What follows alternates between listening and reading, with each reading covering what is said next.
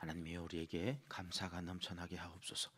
찬송가 73장으로 하나님께 찬송 올려드리겠습니다.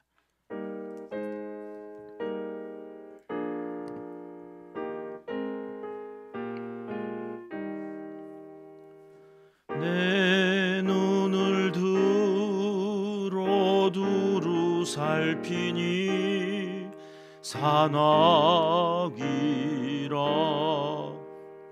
날 돕는 구원 어디서 오나 그 어디서 하늘과 땅을 지은 여호와 날 도와 주심 확실하도다. 주께서 나의 가는 곳마다 지키시며 졸지도 않고 깨어 계셔서 늘 지키네.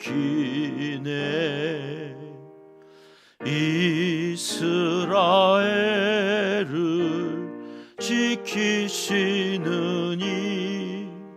쉬지도 않고 살펴시네. 여호와 나의 보좌시니 늘 지키며 오른팔 들어 보아시고 그늘 되네. 낮에는 해가 상치 못하며 또 밤에 달이 해치 못하네. 여호와 나의 영혼 지키사 돌보시며 내 모든 죄를 사해 주시고 늘 지키네.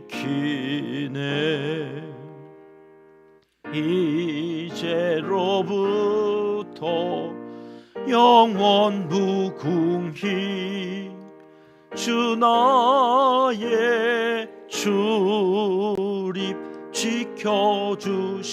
지켜주시리. 아멘. 이 새벽 주시는 하나님의 말씀은 에스겔 1장입니다. 1절과 2절 말씀 함께 읽겠습니다. 30째 해의 넷째 달 초닷새에 내가 그발 강가 사로잡힌 자 중에 있을 때에 하늘이 열리며 하나님의 모습이 내게 보이니 여호야긴 왕이 사로잡힌 지 5년 그 달 초닷새라. 아멘. 우리가 믿는 하나님은 어떤 분이신가요? 하나님은 우리가 망하는 걸 좋아하시지 않는 분입니다. 그래서 망하지 말라고 선지자들을 계속해서 보내시고 말씀하여 주시고 망하지 않는 길을 알려주시는 분이 우리가 믿는 하나님이십니다. 여러분, 이 심정은 인간 세상에서 그나마 좀 누가 알 수 있을까요? 부모가 되어 보면 배 아파 낳았든 가슴으로 낳았든 이 부모의 자리에서 자녀를 키우다 보면 이걸 알 수 있는 거죠. 부모가 되면 자녀가 잘 되라고 말을 계속 하잖아요. 망하라고 막 이야기하는 부모가 있을까요? 제정신인 부모는 그런 일이 없을 거예요. 걱정되고 그게 잘 되는 길이 분명 아닌데 그러니까 자꾸 이야기를 하는 거죠. 말 잘 듣는 자녀를 둔 부모는 그나마 그 하나님의 마음을 알 수가 없고 지질이 말 안 듣는 이 속 썩이는 자녀를 키워보면 예, 하나님도 나를 보시면서 이런 마음이시겠구나. 이제 이런 것들을 부모가 되어서 이제 알게 되는 거죠. 자녀가 말을 안 듣고 계속해서 망하는 길로 갈 때 돌아와라, 돌아오라 말씀하시는 하나님이 우리가 믿는 하나님이셨습니다. 그런데요, 진짜 말을 안 들었죠. 이스라엘 백성들 결국 망하는 길로 가다가 이제 망했습니다. 나라가 망했으니 이제 끝난 거 아니겠습니까? 바벨론 포로로 잡혀가서 거기서 노예 생활을 할 때에 여러분, 이 단순히 나라가 망해서 이제는 강제 노동을 하는 이 비참한 지경에 있다고 하는 것이 이들의 문제는 아니었다고 그랬죠. 이 절망감보다는 당시 이제 문화가 그런 거라고 그랬잖아요. 나라가 망한 것은 그 나라의 신이 죽은 거예요. 그러니까 이스라엘 백성들에게 하나님은 죽었어요. 죽었어요. 예수님을 따라다녔는데 갑자기 십자가에 달려서 돌아가셔서는 무덤에 들어가 있는 상황이 되어진 거죠. 나라가 망한 게 문제가 아니라 하나님이 죽었어요. 이제 의지할 신이 없어요. 이스라엘 신 하나님이 사라져 버렸어요. 거기에서 오는 절망감이 더 컸다는 거죠. 자, 그때 오늘 1절 말씀 우리 같이 읽었는데 어떤 일이 일어났다는 거예요? 하늘이 열리고 하나님의 모습이 에스겔에게 보였다. 이스라엘 백성들에게 하나님이 나타나셨다는 거예요. 이게 무슨 얘기예요? 갑자기 무덤 문이 열리고 부활의 주님이 나타나신 거죠. 무슨 얘기인지 이해하시겠어요? 지금 예레미야 57장을 우리가 읽었는데 죽었어요. 신이 하나님이 죽었어요. 망해가지고 잡혀갔어요. 그 잡혀간 현장에 하나님이 다시 짠하고 나타나신 사건, 이게 부활의 사건이에요. 이들에게는. 신약 시대에는 무덤 문이 열리고 에스겔 시대 바벨론 그 그발 강가인데 거기에서는 하늘 문이 열리고 하여튼 열려야 돼. 오늘도 이 새벽에 우리의 영적인 눈이 열려지고 하나님께서 말씀하시는 그 말씀으로 하나님 주시는 놀라운 이 영의 세계가 열리는 복된 시간이 되시기를 주님의 이름으로 축복합니다. 하여튼 열려야 돼. 열려. 마음도 열리고 기도 열리고 열려야 뭐가 돼? 뭐가. 닫혀서는 아무것도 안 돼요. 근데 우리는 닫힌 줄도 모르고 살아. 왜요? 성경을 모르니까. 성경을 보면 볼수록 이런 세계가 있었구나. 이런 세계. 이러면서 자꾸 열리는 그때 믿음이 자라는 거거든요. 오늘 이제 에스겔을 시작합니다. 예레미야에서는 어떤 말씀이 계속 나왔었어요? 여호와의 말씀이 임하여 여호와의 말씀이니라. 이거 내 말 아니고 예레미야가 하는 말이 아니라 자기 생각을 얘기하는 게 아니라 하나님이 들려주신 거 내가 전하는 거야. 하나님의 말씀 들려졌어요. 그런데 어떻게 됐어요? 망했어요.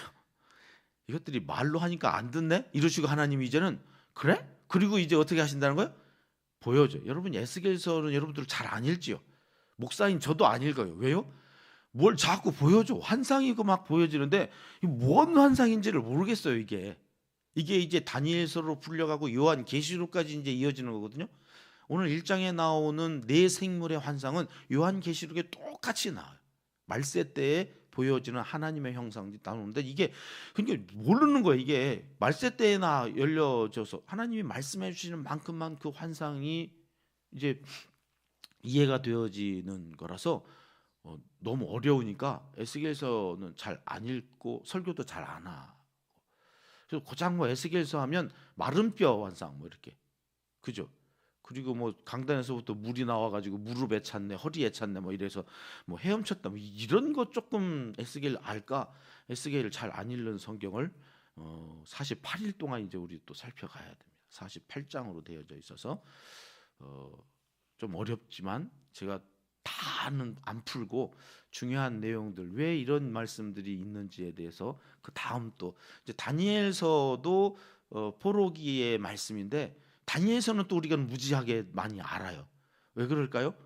에스겔서는 밑바닥 얘기라 우리는 별로 관심이 없고 다니엘서는 왕궁 중심으로 막 이루어지면서 승리하는 막 사자굴에서 살아나고 막 이러니까 그거는 막 우리는 기대를 막 하는 거예요. 같은 포로기여도 우리는 왕궁의 이야기를 좋아하지 저 노동 현장에서 땅 파고 이런 얘기 별로 안 좋아하는 거예요. 그게 우리 본성이에요. 그런데 하나님은 똑같이 말씀하신다. 다 중요하다. 오늘부터 살펴볼 에스겔서 보여주신다. 자꾸 보여주신다. 제가 상담을 공부하면서 놀라운 사실 하나 아는 것이 뇌과학이 발달되면서요. 우리 오감이잖아요. 자극이 들어오면 우리의 뇌로 전달돼서 이제 이게 뭔지를 알게 하는데요. 미각, 또 후각, 또 뭐 있어요? 청각, 촉각. 여러분 이 네 개의 이 감각 기관은 뇌로 전달되기 전에 중간에 오거니제이션 할 수 있는, 이게 조직화할 수 있는, 그러니까 완충할 수 있는 중간 역할을 하는 게 있어요. 바로 뇌로 들어가지 않아. 이 뇌 청각이나 뭐 다른 거는 한번 우리가 완충할 수 있는, 그러니까 정보가 이렇게 들어오고 자극이 들어오면 정리를 한번 하고 뇌로 전달을 하는데요. 이게 시신경은요 뇌로 바로 들어가요. 그러니까 우리가 조직화할 수가 없어요. 이렇게 완충. 시신경으로 들어오는 건 뇌로 바로 들어가 있던 충격이 훨씬 커요. 그러니까 귀로 듣는 거는 우리가 걸러요. 그냥 에이 제가 좀 뻥튀기 하는 거지 뭐 이렇게 들어요. 내가 듣고 싶은 것만 들어요. 정리를 해요. 어렸을 적에 우리가 부모님한테 엄청 혼나잖아요. 근데 뭐 때문에 혼난지는 기억 못 하는데 저도요. 엄마가 이렇게 막 째려보면서 막 이 입을 막 이러면 막 화냈던 거, 막 선생님이 레이저를 쐈던 이 표정, 이거는 시신경으로 들어오면서 우리가 정리를 안 했기 때문에 그대로 상처로 남는 거예요. 시신경으로. 그러니까 예레미야보다 이제 우리가 살펴볼 에스겔은 훨씬 더 이 시신경으로 들어오는 에스겔이 더 큰 충격을 받고, 이게 말로 해서 안 들으니까 하나님이 이제 보여주신다는 건데, 여러분 말로 할 때 듣는 게 좋을까요? 보여주실 때까지 계속 고집 부리고 있는 게 좋을까요? 말로 할 때 하는 게 훨씬 좋은 거예요. 영적으로 보여주시기 시작하면요, 고통이 말로 다 할 수 없는 일이 생겨지는. 자, 그렇게 일단 정리를 하고, 자, 에스겔 살펴볼 텐데, 일단 에스겔, 메신저인 에스겔부터 좀 정리를 해야 돼요. 에스겔 이름 뜻은요, 여호와가 강하게 하신다, 여호와가 힘을 주신다, 그런 뜻이래요. 직역해서 이거를 수동태로 하지 않고 여호와는 힘이시다, 뭐 이렇게 번역하는 신학자도 있던데, 주로 이게 에스겔에게, 그 백성에게 하나님은 힘을 주시는 분이다, 하나님은 우리를 강하게 하시는 분이다, 이런 뜻의 이름을 가진 에스겔을 통해서 당시 이 바빌론 포로로 잡혀간 백성들에게 뭐가 필요해요? 지금 힘이 필요해요. 능력이 필요해요. 견뎌내야 돼요. 여기서 버텨야 새로워지고, 그 새로워진 거듭난 하나님의 백성들이 이제 다시 세울 새 예루살렘 성 구원하여 주셔서 이루실 그 새 나라를 향해서 가게 되어지는 거죠. 우리가 매일 한 장씩 읽는 이유도 이 말씀으로 새로워지는 과정이에요. 때로는 아파요. 듣고 싶지 않은 말씀도 들리고 이제는 보여주신대요. 뭘 보여주시려고 이러시나. 여러분, 그런 것들을 통하여 우리가 새로워지고, 그래서 성장하고 성숙해진 하나님의 사람들을 통하여 은평교회는 새롭게 세워질 거예요. 여지껏 유아기로 젖먹고 이제 하나님 앞에서 어리광 부리면서 유치원 시절을 지냈다면, 이제는 새로운 시대, 학교에 가서 질서도 배워야 되고, 이제는 또 성숙해서 미적분까지 다 풀고, 그리고 대학에 가서 직장에 가 이제는 새로운 일을 할 만한 역군으로 자라가야 돼요. 이제는 훈련소에서 그렇게 있었다면 이제는 자대 배치 받고 거기에서 상관의 명령에 복종하는 법도 배워야 되고, 함께 한다는 것이 무엇인지도 알아야 되고, 이제는 해야 될 일들이, 하나님께서 부여하실 사명들이 얼마나 많은지, 이제 그것을 대비하면서 하나님이 보여주시는 세계로 여러분 성큼성큼 들어가셔야 여러분 힘이 생겨요. 단단한 음식도 씹어 먹을 수 있는 이가 단련되어져서 어떤 것이라도 먹고 소화시킬 수 있는 성인으로 자라가게 되는 거다. 오늘 1절 말씀을 보세요. 다시 한번 보시면 30째 해 그랬습니다. 이게 30째 해라는 말은 에스겔이 30살이 되었다는 얘기. 30살에 그발 강가에서 사로잡힌 자 중에 있을 때, 왜 자꾸 시간을 이야기하고 장소를 이야기하느냐면, 지금부터 에스겔이 할 말은 믿겨지지 않을 이야기라서 자꾸 시간과 장소를 얘기해. 이게 허황된 얘기가 아니라 진짜로 그때 그 장소에서 있었던 일이야. 그래서 우리가 경찰서에 가면 조서를 꾸밀 때 어떤 원칙으로 쓰라고 그래요? 육하 원칙에 이게 언제 어느 때 어떻게 있었던 일인지를 구체적으로 써서 사실인지 아닌지를 살피는 거죠. 이게 지금 에스겔이 할 말은, 자기가 하면서도 이걸 믿을까? 나는 분명히 봤는데 이러면서 시간을 적어요. 장소를 적어요. 이게 허황된 얘기가 진짜 있었던 일이라는 거죠. 2절 말씀으로 가볼게요. 언제 있었던 일이래요? 여호야긴 왕이 잡혀간 지 5년. 그러니까 여호야긴 잡혀갈 때에 에스겔도 같이 잡혀간 거거든요. 그러고서 몇 년이 지났다는 거예요? 5년. 그러니까 몇 살 때 잡혀온 거예요, 에스겔이? 25살. 25살에 잡혀가서 5년이 지난 30살이 되어지는 해가 어떤 의미가 있는 거냐면요, 3절 말씀에 가보면 그의 직분이 나오죠. 에스겔은 제사장이었던 거예요. 여러분, 제사장은 몇 살 때 이제 성소에 들어가서 제사장 역할을 하게 되느냐면 30살. 20살 때부터는 견습으로 제사장 옆에서 수발을 들면서 배워요. 신학교에 가가지고 신학교에서 훈련을 받고 나오면 목사 한 수 바로 안 주거든요. 전임 전도사 2년을 해야 우리 헌법에는 목사를 안수할 수 있는데 몇 살 때? 만 30세 때. 저는 호적이 줄어가지고 제 친구들 다 목사 안수 받을 때 저는 1년 더 기다렸다가 안수를 받았어야 됐거든요. 호적이 1년 줄어가지고. 그 친구들이요, 지들 목사 됐다고 야 전도사 일로 와봐 이래가지고서 얼마나 1년 동안 놀렸는지를 몰라요. 그러니까 에스겔이 지금 25살에 잡혀가가지고 이제 30살이 되어서 제사장이 돼야 될 때인데 거기서 무슨 제사를 지낼 일이 뭐가 있어요, 바벨론에서. 야, 내가 그렇게 5년 동안 훈련받고 여기 잡혀와가지고서는 제사장이 이제 되어서 제사장을 해야 될 내가 바벨론에서 할 일이 없는 거예요. 무늬만 제사장이에요. 여러분, 얼마나 허무했을까요? 우리는 비전을 가지고 이 땅에 태어나서 하나님의 뜻을 이루어가야 되는 사람들인데 잡혀와가지고 나라가 망하고 나는 제사장인데 제사장의 역할을 할 수가 없어요. 그게 30살 되어졌다는 그때고, 그때 그런데 하나님께서 그를 아무것도 할 수 없는 그에게 제사장이 아닌 선지자의 사명을 맡기는 거죠. 오늘 이 새벽은 요거만 좀 잡고 가려고 그래요. 하나님은 어떤 분이신가?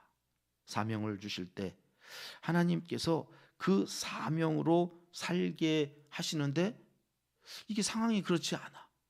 그러면 그냥 내버려 두시는 게 아니라 역할을 바꾸셔서라도 하나님의 일을 하게 하시는 분이 하나님이시다. 그러니까 제사장에서 선지자로 역할을 바꾸셔서 그 사람을 사용하시는 하나님. 바벨론 땅에서는 제사장이 할 일이 없으니 그에게 선지자의 사명을 맡겨주시는데 오늘 3절 다시 한번 말씀을 보면 하반부에 이런 말씀이 있어요. 그에게 여호와의 무엇이 있었다고요? 권능이. 하나님은 그렇게 사명을 맡기실 때는 반드시 무엇도 주신다? 그 사명을 감당할 권능을 주신다. 그래서 에스겔이에요. 하나님이 왜 강하시게 하고 그에게 힘을 주시느냐? 사명을 맡기시고 그것을 감당하게 하시려고. 그러니까 여러분, 교회에서 어떤 사명을 부여해 주신다?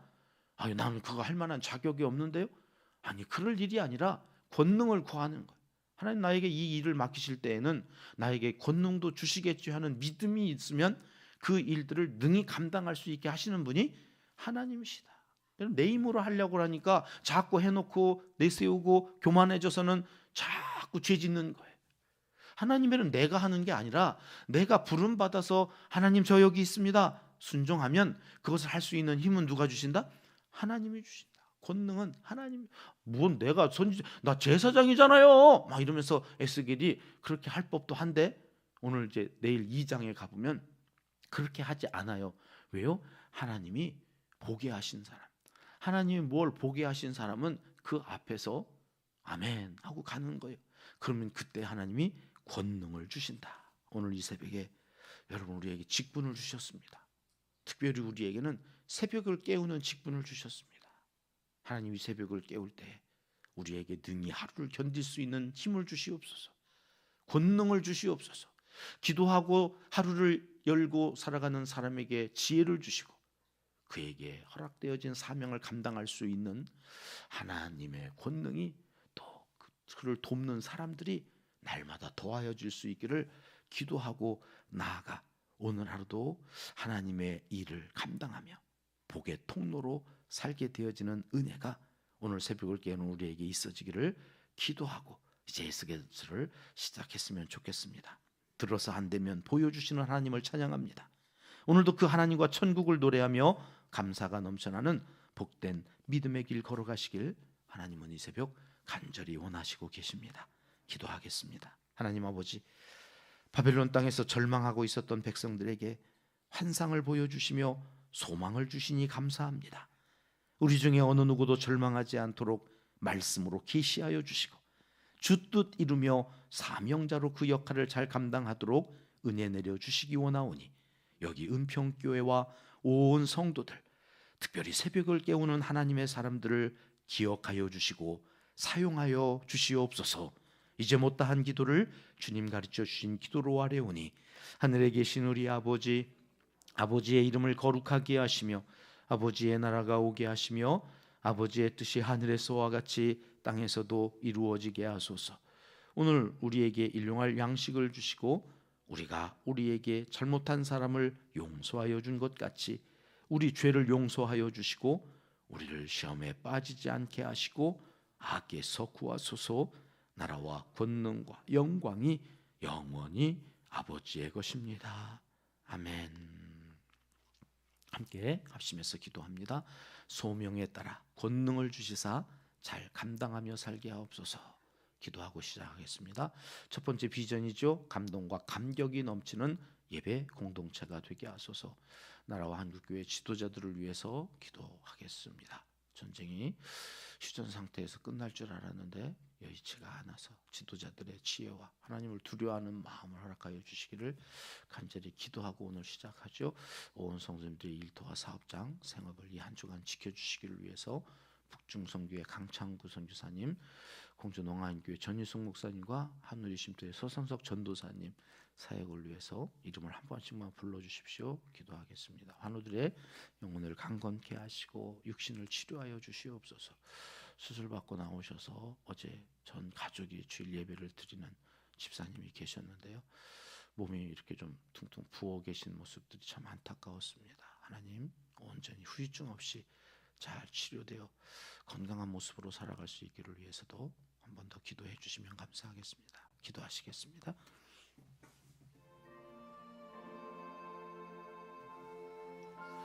참 좋으신 우리 아버지 하나님, 감사합니다. 권능을 주시옵소서. 맡겨주신 사명 감당할 수 있도록 오늘 또 힘을 주시고 지혜를 주시고 함께